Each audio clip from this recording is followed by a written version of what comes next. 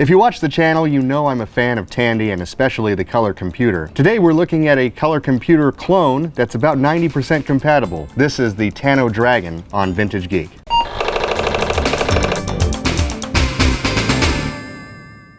If you like what you see today, please like and subscribe. It helps us a lot as we grow, and one of the things that helps us the most is if you would consider becoming a Vintage Geek member. You can do that at the website, and for just under $20 a year, you get access to all of our video content commercial-free, plus some bonus extras and more. It's all at vintagegeek.com. We've done a number of different videos talking about the color computer series from Tandy and Radio Shack over the years here on Vintage Geek, and I really do love that product line. As some of you may know, I grew up using a color computer, and it was the first computer that I ever wrote code on in any capacity, so it has a place that is near and dear to my heart. But one machine that I have never had any experience with is a version of the color computer that is actually not made by Tandy. Back in the early 1980s, a company in Europe started manufacturing a computer that was very similar to the Tandy color computer. This computer was called the Dragon, and there was also a Dragon 32 variant that was a 32K version instead of the 64K. These machines were about 90% compatible with the entire line of software that was available for the color computer. And so I was really curious as to how this machine would look, how it would be put together,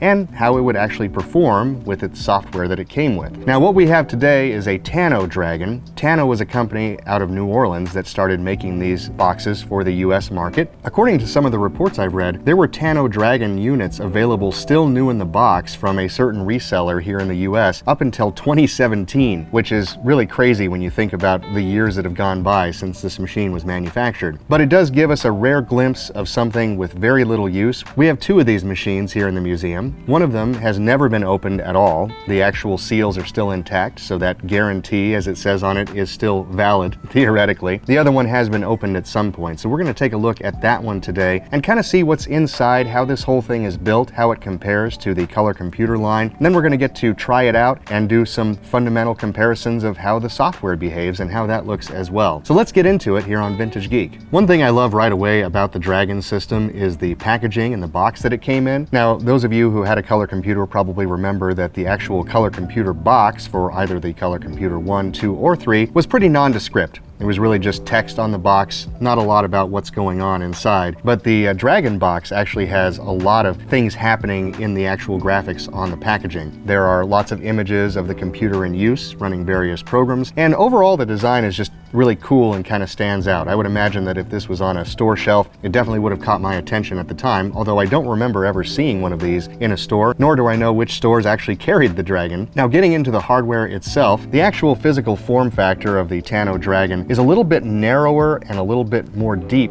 in design than the actual color computer 2. So it's a different form factor and it sits a little bit higher off of the desktop. I think visually it is fairly appealing, and I do love, again, the Dragon logoing that's right here across the top of the unit. It is very colorful and it really stands out. I think it has nice appeal overall. Now, looking at the keyboard of the Tano Dragon, we actually have a different color scheme than we've seen on the other Tandy units. This utilizes the darker style keyboard keys with the white lettering on them, and it is the same overall layout as the color computer 2. I noticed right away that the arrow keys are in the similar placement where you have the up and down arrows on the left and the left and right arrows on the right of the keyboard. Everything else looks fairly similar to the color computer design, and of course the key movement is pretty much what I would expect. It's not a whole lot different than what we've seen with the Tandy devices. This is a very clean unit, and I kind of like the way that it's designed overall. Unlike the color computer models, the Tano Dragon has most of its connectivity on one side of the chassis, and that includes the connector for the television set, which looks like it can output things on channel 3 or 4, just like we would be accustomed to. It also has the cassette interface, which, just like the Tandy color computer, will interface with the cassette to load and save programs. We also have two joystick ports, the left and the right joystick port. There's a serial I/O port, and there's also a printer port. Now, I'm not sure about the actual connector for the printer on this. It is not similar to the color computer models, and I don't know exactly what would have interfaced with that, so I'm gonna have to do a little bit more looking into that particular question. I do know that from reading about this, the serial port was only available on the 64K models, so the Dragon 32 models, which we do not have, did not have that extra serial port capability. Moving along to the back of the unit, we do have a few more items here. This is where the power supply actually connects to the Tano Dragon. One thing I found interesting about the power supply for this computer is that the power switch for the entire system is actually located on that power brick. So it's not physically on the Tano Dragon computer, it's actually external, which I don't think we've ever seen another system that does it quite that way, so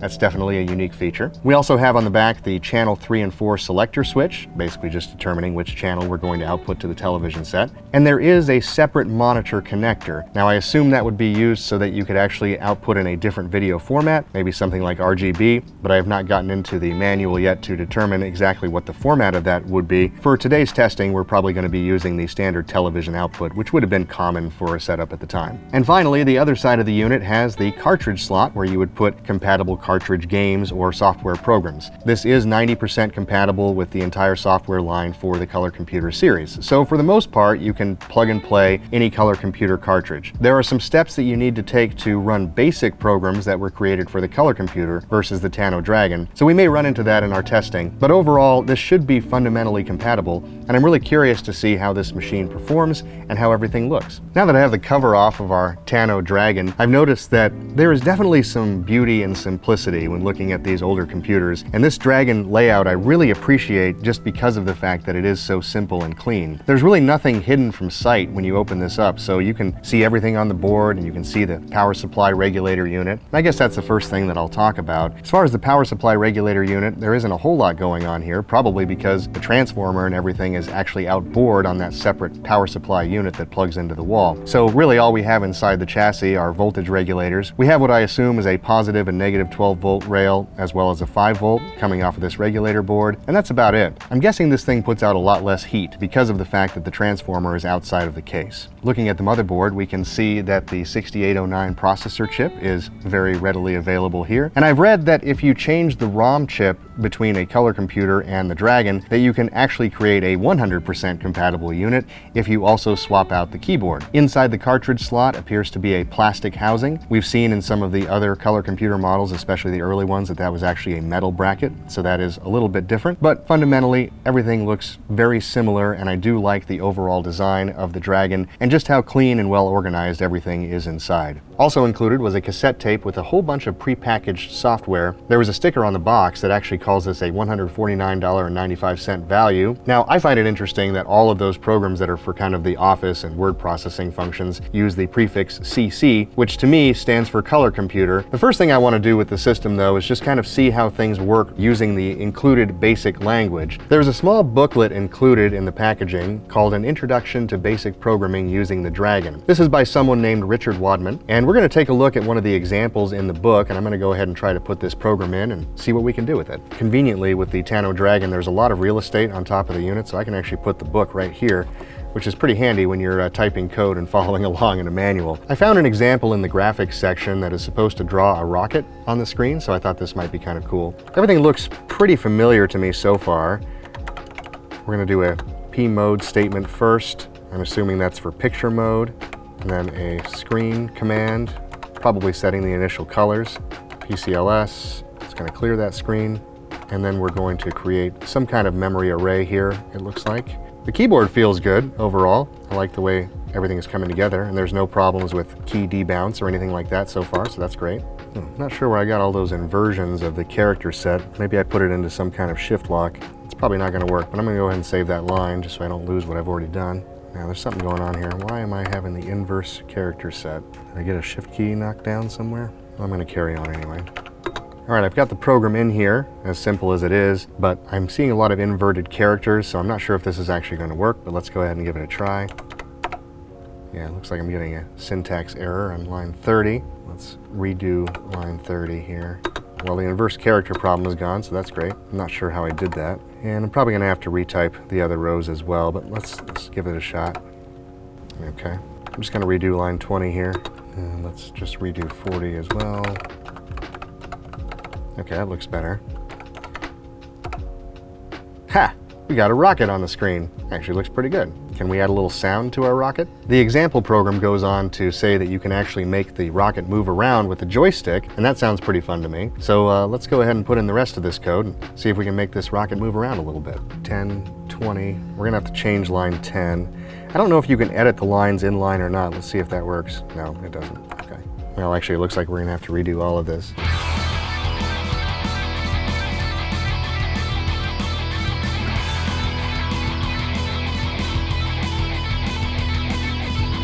Alright, so we've completed the next example program here. This should allow us to use the left joystick to actually move the rocket around according to the text in the manual. So let's give this a try. What did I mess up in row 20?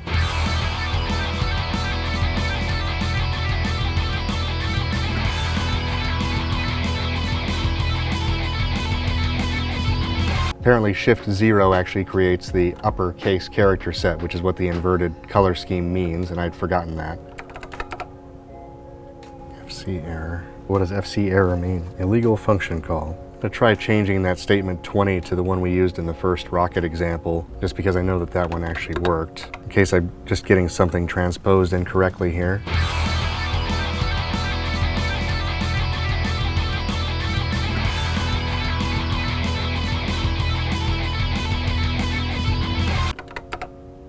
Okay, so it did draw the rocket that time. Well, nothing's happening with the joystick. I do have it plugged into the left. Oh. Well, pushing the joystick button made it disappear. Actually says in the text, the above example draws a figure in the top left-hand corner of the screen, which we actually changed to be in the middle of the screen. When you press any key, the screen is erased and the figure can be moved about using the left joystick. Right, so there's the rocket. We hit a key, it disappears, but nothing else happens. Just got a blank screen. The rocket is officially gone. I changed the get and the put statements to actually match the coordinates of our first rocket drawing. Hopefully that will do something here, I'm not sure. All right, we got the rocket. Rocket disappears. Okay, all right. Well, I thought maybe it was moving there for a second. It went to a different place, but it's not actually moving with the joystick. Did I plug this into the left port? I did. I'm just going to change line 60 to be the original configuration just to see what difference it makes.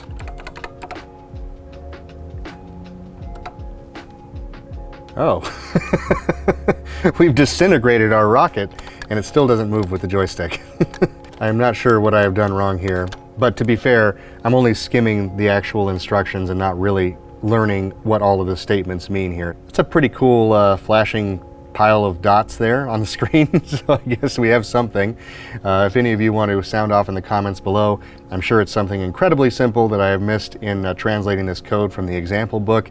Would love to hear from you, and we can hopefully get this straightened out. Now, I feel like any test of the basic programming language for a vintage computer wouldn't be complete without testing the capabilities of the sound on the computer. So I'd like to do a simple example from the same book that just shows you how to play a simple tune. I want to hear what that sounds like on the Tano Dragon. So far, the experience in writing code is very similar to the color computer. It feels fundamentally the same to me. All right, let's see if we've got a tune to play.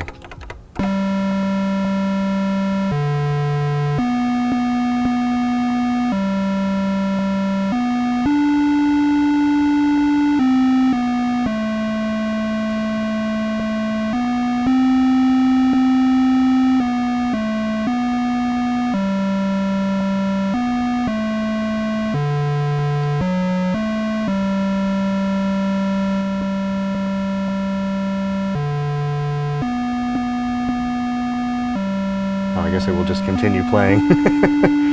It's on a loop. There is no escape.